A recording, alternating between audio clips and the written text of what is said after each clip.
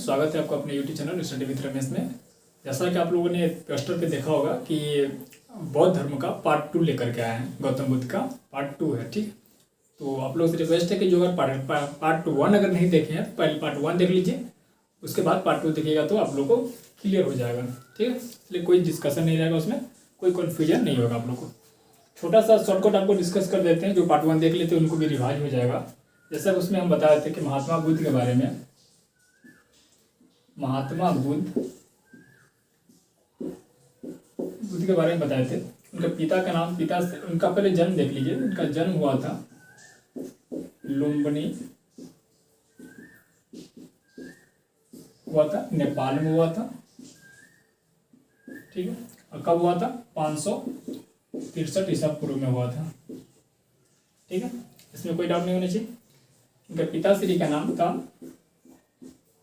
पिताश्री का नाम था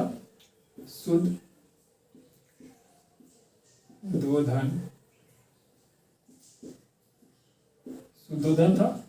माताश्री का नाम था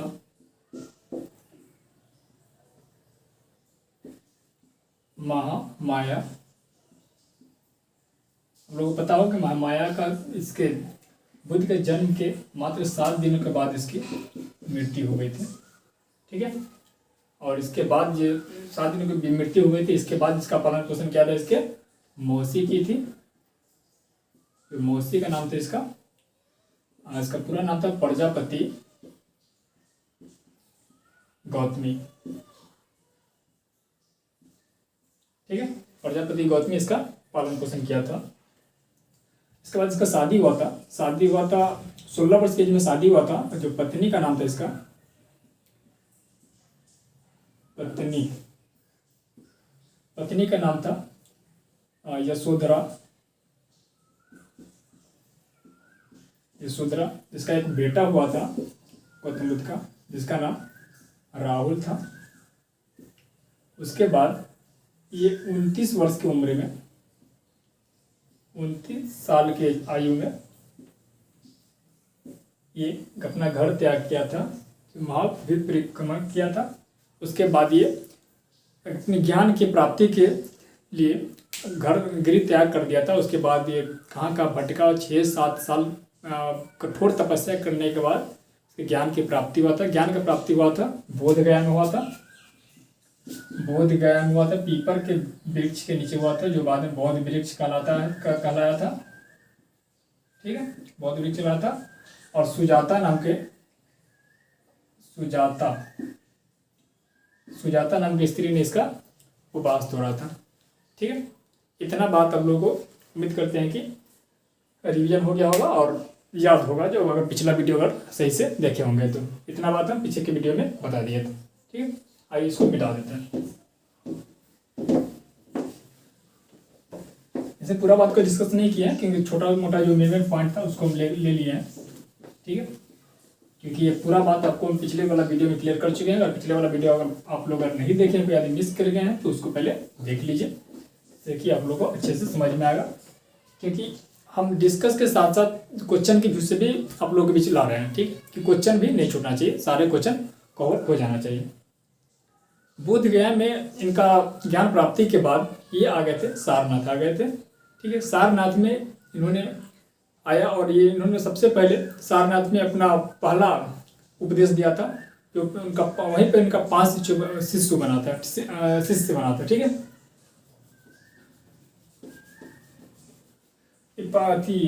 पहला जो ज्ञान दिए थे वहाँ पे सारनाथ में, वो किस भाषा में दिए थे, ये क्वेश्चन बनता है। तो वो दिए थे पाली भाषा में, ठीक है। पाली उस समय का क्षेत्रीय भाषा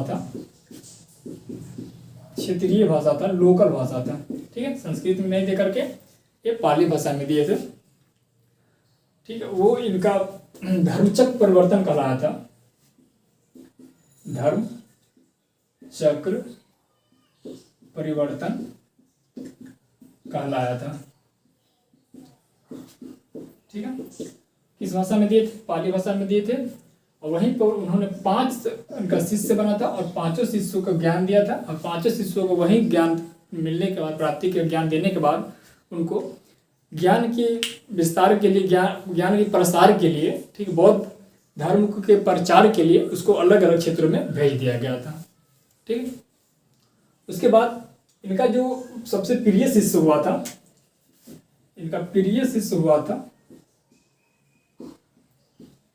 प्रिय शिष्य का नाम था आनंद। गौतम बुद्ध का बहुत ही प्रिय शिष्य था। इन्होंने गौतम बुद्ध ने जितना भी उपदेश दिया था सारा आनंद को संबोधित करके ही दिए थे। ठीक है। सारा उपदेश तो इन्हीं को संबोधित करके दिए थे। बहुत ही प्रिय शिष्य था। ये मिले तो बीच जीवन में मिले थे, लेकिन उनके बाद पूरा आखिरी जीवन तक इनका निर्वाह किए थे और काफ़ी तन मन धन से गौतम बुद्ध का सेवा किए थे। लास्ट में जब उनका मृत्यु हो रहा था तो उन्होंने कहा भी था कि आनंद तुम बहुत ही मेरा तन मन धन से सेवा किया है, इसके लिए मैं तुमसे बहुत प्रसन्न हूँ, ऐसा उन्होंने कहा भी था। ठीक है। ये सारा घटना होने के बाद ये यहाँ से डायरेक्ट चले आए थे, श्रावस्ती में चले गए थे। ये यहाँ पर सारनाथ के बाद पहले सारनाथ गए थे। सारनाथ की यात्रा खत्म करने के बाद इन्होंने उत्तर प्रदेश की एक स्थान है श्रावस्ती।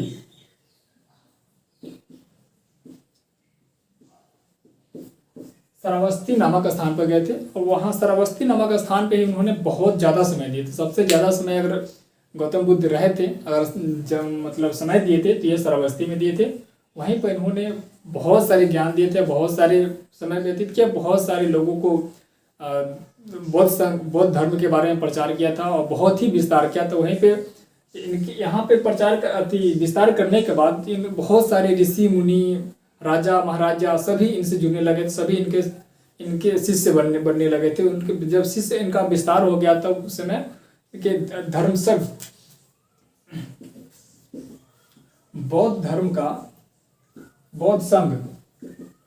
बौद्ध संघ का स्थापना हुआ था। बहुत ही विस्तार हो जाने के बाद बौद्ध संघ का स्थापना किया गया था, जिसमें राजा पाटलिपुत्र का जो राजा अशोक था उन्होंने भी इनका शिष्य बने थे। उन्होंने विदेशों में, खास करके विदेशों में बहुत उनका प्रचार करने में बहुत उनका योगदान था। वही श्रावस्ती में ही उस समय उंगलीमान नामक डाकू बहुत ही दंगा मचाया हुआ था। जैसे उंगलीमान डाकू के बारे में आप लोग हो सके तो कहीं पढ़े भी होंगे बच्चे की किताबों में, ठीक है, या अपने किताबों में पढ़े होंगे, 7-8 के आसपास में पढ़े होंगे, 6 के आसपास में। तो उंगलीमान वहाँ पर ना बहुत सारे शोर मचाया हुआ था, काफ़ी डर का माहौल बना दिया हुआ था। तो उनका सामना एक और होता है गौतम बुद्ध से हुआ था। गौतम बुद्ध जंगलों में अपने शिष्यों के साथ स्थान अति करा था, उपदेश वगैरह दे रहे थे, अपना उपवास वगैरह कर रहे थे। तो वहीं पे आया था उंगलीमान डाकू आया और गौतम बुद्ध को मारने के लिए दौड़ा। उन्होंने बोला था कि बोला कि मैं आपको आज मार दूंगा, क्योंकि आज अभी तक हम 99 की हत्या कर चुके हैं। 99 की हत्या करने के बाद आज आपका हत्या करने के बाद मेरा 100 पुर जाएगा। तो बहुत ही सहज भाव से गौतम बुद्ध ने जवाब दिया था कि तुम जो कर रहे हो तुमको पता है, अगर तुमको पता है कि तुम अगर सही कर रहे हो तो तुम करो। तुमको अगर पता है, तुमको अगर लग रहा है कि मुझे मारने से अगर तुमको खुशी होता है, किसी भी प्रकार का अगर लाभ होता है तो तुम मारो, हम इसमें कोई रोक टोक नहीं करेंगे। तो ऐसा सुनने के बाद वो दंग रह गया था। वो उंगलीमान बोला कि आपको मृत्यु से डर नहीं लगता है? बोला कि नहीं, मुझे मृत्यु से डर नहीं लगता है। तुम्हें अगर अंतर आत्मा कह रहा है कि तुम्हें मारना चाहिए, तुम्हें अंतर आत्मा से अगर खुशी मिलता है किसी को मारने से, तो तुम मारो, हम मरने के लिए तैयार हैं। बहुत देर तक दोनों एक दूसरे के बीच वार्तालाप हुआ। उसके बाद पूरा उंगलीमान का जो हृदय था पूरा परिवर्तन हो गया, उसका पूरा अंदर से पसीज गया। उन्होंने ये भी कहा था कि तुम जो कर रहे हो इसमें डरने की ज़रूरत तुम्हें है, क्योंकि मैं जो हूँ वो कहीं भी घूमने आसानी से जा सकता हूँ, लेकिन तुम जो कर रहे हो इसके वजह से तुम कहीं दिन में घूम नहीं सकते हो। तुम सिर्फ रात में ये कांड करते हो, इसी चोरी छुपके से तुम जंगल में रहते हो, ऐसा नहीं कर पाओगे तुम। तो उनको सारा बात जानने के बाद लगा कि हाँ, मैंने कितना बड़ा भूल किया है। उसने कहा कि प्रभु मुझे माफ़ कर दीजिए, मुझे समझ में आ गया कि मैं क्या कर रहा हूँ और मुझे समय में मुझे पता चल गया कि मुझे अब क्या करना चाहिए। आप बोले कि आप मुझे अपने चरणों में ले लीजिए, आप मुझे अपना शिष्य बना लीजिए और मुझे अपने किए पर पश्चाताप करने का मौका दीजिए। उसके बाद महात्मा बुद्ध बहुत ही सरल स्वभाव के आदमी थे, एक तरह से भगवान थे वो किसी को भी बहुत आसानी से और जल्दी ही माफ़ कर देते थे। बोला कि ठीक है, उनको माफ़ कर दिया, उनका वो भी शिष्य बन गया। उसके बाद वहीं के धर्मपाल या कौन था, कोई राजा था जो आया, बोला कि गौतम बुद्ध बोला कि आपके यहाँ उंगलीमान डाकू है, हमको चाहिए, उसको हमको सजा देना है। तो उन्होंने उनको समझाया कि देखिए, जो व्यक्ति सच में अगर सजा के रूप में मांग रहा है, सजा उससे सजा से बेहतर जिंदगी जी रहा है, सजा से भी ज़्यादा दुखदायक जिंदगी जी रहा है, तो उसको सजा देने की जरूरत नहीं है। उसको अपने किए पर पश्चाताप है, तो उसको विशेष कुछ करने की जरूरत नहीं है। उसको अपने किए पर पश्चाताप हो रहा है। ये सब करने के बाद राजा भी मान के बात को, उनको छोड़ दिया गया। आगे इसके बारे में हम जानेंगे।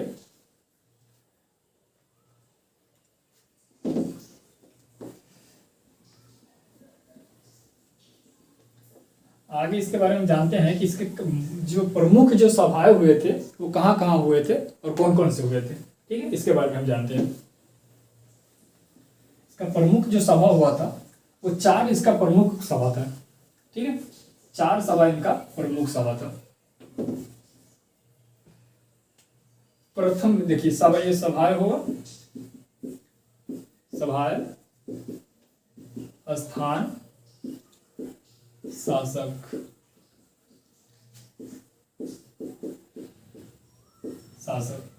ठीक है। पहला जो हुआ था प्रथम राजगृह में हुआ था। राजगृह में पहला इसका सभा हुआ था, जो प्रमुख सभा था इनका बौद्ध धर्म का। और उस समय वहां का राजा था अजातशत्रु। अजातशत्रु था राजा उस समय का। दूसरा जो हुआ था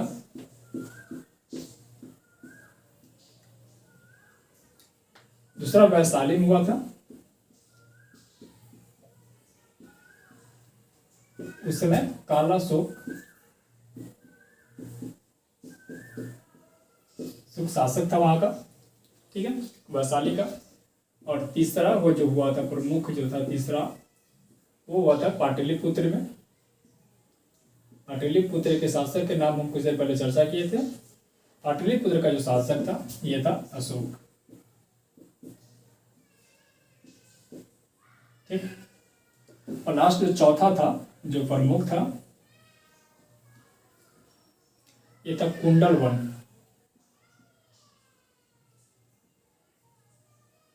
कुंडलवन था और इसका जो शासक था कनिष्क। ठीक है, आप लोग देख रहे होंगे। ये इसका जो महत्वपूर्ण जो इसका सारथी हुआ था, सभा हुआ था, ये इसका था। पहला जो सभा हुआ था वो राजगृह में हुआ था, जो अजातशत्रु के शासनकाल में हुआ था। दूसरा जो हुआ था वैशाली में हुआ था, जो काला शोक के शासनकाल में हुआ था। तीसरा हुआ था पाटलिपुत्र में हुआ था, जो अशोक के शासनकाल में हुआ था। चौथा हुआ था कुंडलवन हुआ था, जो कनिष्क के शासनकाल में हुआ था। ये जानना बहुत ही इंपोर्टेंट था। आगे इसके बात करेंगे कि इसके कौन कौन से अनुयायी हुए थे। ठीक है, इसको आप लोग नोट कर लिए होंगे। नहीं नोट किए बैक करके फिर से पोज करके नोट कर लीजिए। ठीक है, आगे इसके बारे में हम जानेंगे इसके अनुयायी कौन कौन से हुए थे। इनके मुख्य 2 अनुयायी थे। ठीक है, अनुयायी मुख्य रूप से 2 थे। ठीक है, पहला थे भिक्षुक और दूसरा थे उपासक। ठीक है, अच्छा आप लोग ये समझना पड़ेगा कि भिक्षुक क्या होता है, भिक्षुक कैसा अनुयायी था और उपासक कैसा अनुयायी था। तो आप लोग को बस बता देते हैं, आप लोग समझ के नोट कर लीजिएगा, नोट कर रहे होंगे तो। भिक्षुक जो था ये अपना पूरा घर परिवार गृह त्याग करके, जैसे बुद्ध जो भगवान गृह त्याग करके पूरा ऋषि मुनि बने थे, जस्ट लाइक सेम जो गृह त्याग करके जो उनके संघ में शामिल हुए थे उनको भिक्षु कहा गया था।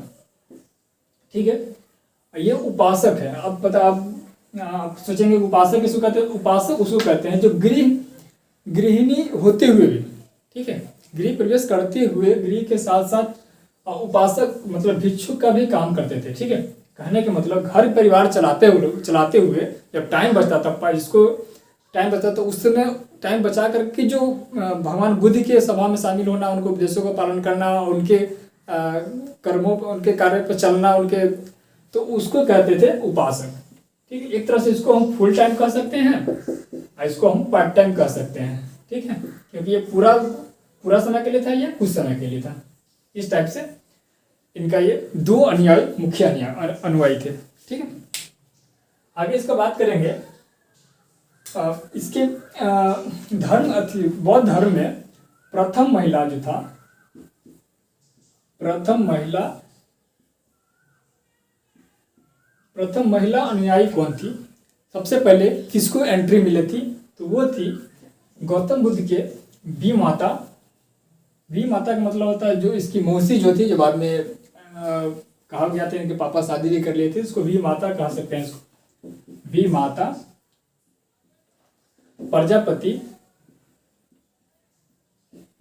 प्रजापति गौतमी थी, ठीक है। ये प्रथम महिला थी जो बौद्ध संघ में शामिल हुई थी, ठीक है। इतना बात आप लोगों को समझ में आया होगा। उसके बाद दूसरा जो थी ये अनारकली थी। अनारकली नहीं, इसको अमरपाली नाम था इसका, सॉरी अमरपाली। ये अमरपाली दुबे नहीं है, भोजपुरी फिल्म की नहीं है, ये अमरपाली उसका नाम था। ये एक नर्तकी थी, ठीक है, नर्तकी थी। ये डांस भी करती थी और उसमें जैसे अभी वैश्या जो इसको कहते हैं, ठीक है, वो वैश्या के रूप में थी, वो वैश्या थी। ये दूसरी महिला थी। इसको पहले तो ये इनका शिष्य लोग बुद्ध भगवान के विरोध करे थे इनका शामिल करने के लिए। इनका पहले तो दर्शन ही नहीं करने देना चाह रहे थे, क्योंकि इनका जो वैश्या वाले जो चेहरा था, चरित्र था, इसके कारण। लेकिन भगवान बुद्ध बोले कि इसमें इसका सिर्फ, देखिए कोई इंसान गलत होता है, इस गलत होने में उसका अकेले का दोष नहीं होता है, वो कहीं ना कहीं समाज का भी दोष होता है। इसके लेकर बोले कि उनका पूरा दोष नहीं है, इसीलिए उसे मिलेंगे। मिलने के बाद हुआ क्या कि वो बोले कि आप अगर हमारे घर पे आकर के अगर हमसे भिक्षा ले लेंगे, ये हमारा आखिरी ख्वाहिश है और हम इससे धन्य हो जाएंगे। बोले ठीक है, तुम टेंशन नहीं लो, कल हम तुम्हारे घर आएंगे। और कल वहीं जा कर के वो गए और उनसे भिक्षा लिए। भिक्षा रूप में वो खीर या कुछ बनाई थी जो खाए थे। इसके बारे में आगे हम और फिर से चर्चा करेंगे, ठीक है। इसके बाद हुआ क्या कि बहुत सारे शामिल होने के बाद कुछ दिनों के बाद, बहुत दिनों के बाद, ये सिर्फ 2 ही महिला थी शुरू में, ठीक है। उसके बाद आनंद हो गया और कुछ नए लड़का जवान जो शामिल हुआ था, वो लोग रिक्वेस्ट करने लगे भगवान बुद्ध से कि इस संघ में महिलाओं को भी प्रवेश मिलना चाहिए। लोग बहुत प्रयास करने लगे, महिलाओं को प्रयास मिलना चाहिए। भगवान बुद्ध इसका बिल्कुल खिलाफ थे, बोले कि नहीं, अगर ये ऐसा हो जाएगा तो मतलब ज़्यादा दिन ये नहीं चल पाएगा। लेकिन ज़्यादा जोर करने से बाद में वो आज्ञा दे दी। और उसके बाद जो है आज्ञा मिलने के बाद महिला की भी एंट्री स्टार्ट हो गया, ठीक। उसके बाद संघ में महिलाएं भी शामिल होने लगी। महिलाएं के शामिल होने के बाद भगवान बुद्ध बोले थे कि जैसा हम सोच रहे थे कि हमारा जो बौद्ध संघ है, ये बौद्ध धर्म जो है लगभग 1000 सालों तक ये चलने वाला है, लेकिन अब 1000 सालों तक नहीं चल करके ये आधा ही चलेगा, वही लगभग 500 साल ये चलेगा, ऐसा उन्होंने भविष्यवाणी किए थे, ठीक है। चलिए उसके बाद आगे इसका मृत्यु पर आ जाते हैं, ठीक है। इतना सब होने के बाद जानते हैं कि इनका मृत्यु कहाँ हुआ था और कैसे हुआ था, इन पर हम आज चर्चा करेंगे अभी।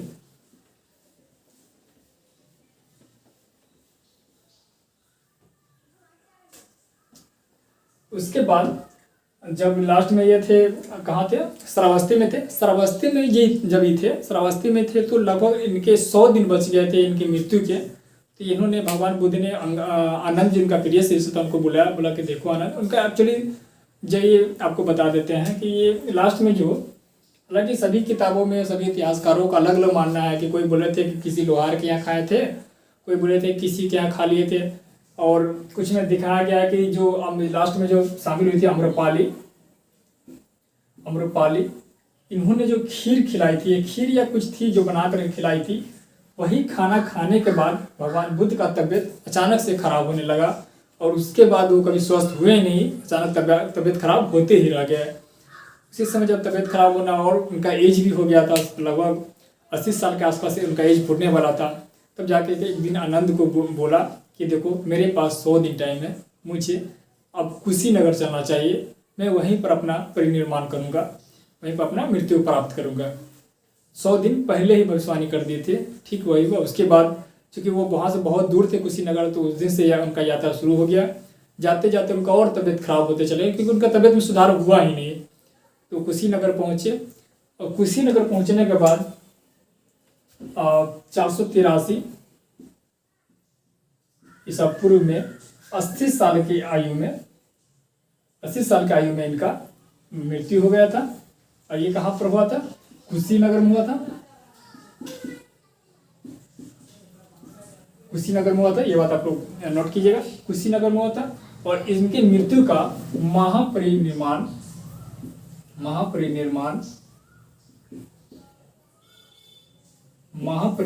कहा गया था। ठीक है, इनकी मृत्यु को महापरिनिर्माण किया गया था। एक ही जो है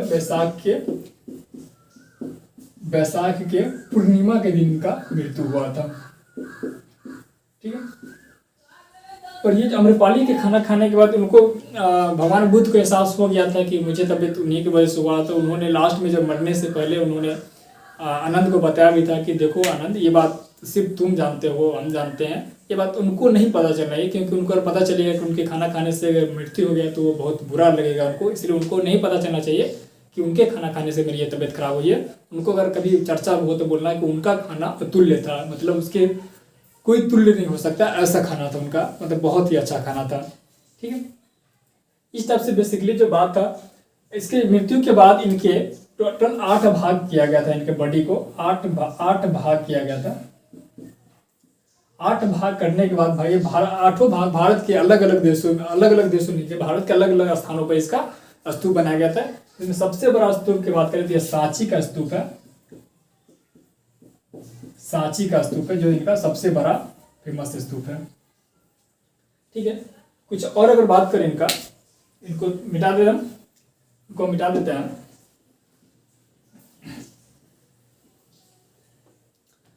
बौद्ध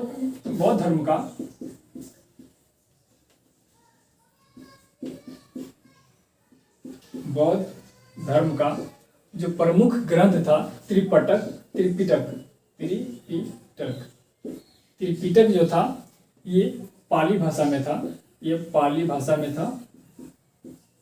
ठीक है, इसके बाद जो भी ग्रंथ लिखा गया था वो सभी संस्कृत भाषा में लिखा गया था। इस बात को भी आप लोग नोट कर लीजिएगा, बहुत इंपॉर्टेंट है। ठीक है, और इनका जो मुख्य जो इनका पूजा था वो बैसाखी पूर्णिमा इनका मुख्य त्योहार था। बैसाखी पूर्णिमा इनका मुख्य त्योहार था। ठीक है, और इनका विक्रमशिला विश्वविद्यालय जो प्रमुख बौद्ध धर्म का जो विद्यालय था, विक्रमशिला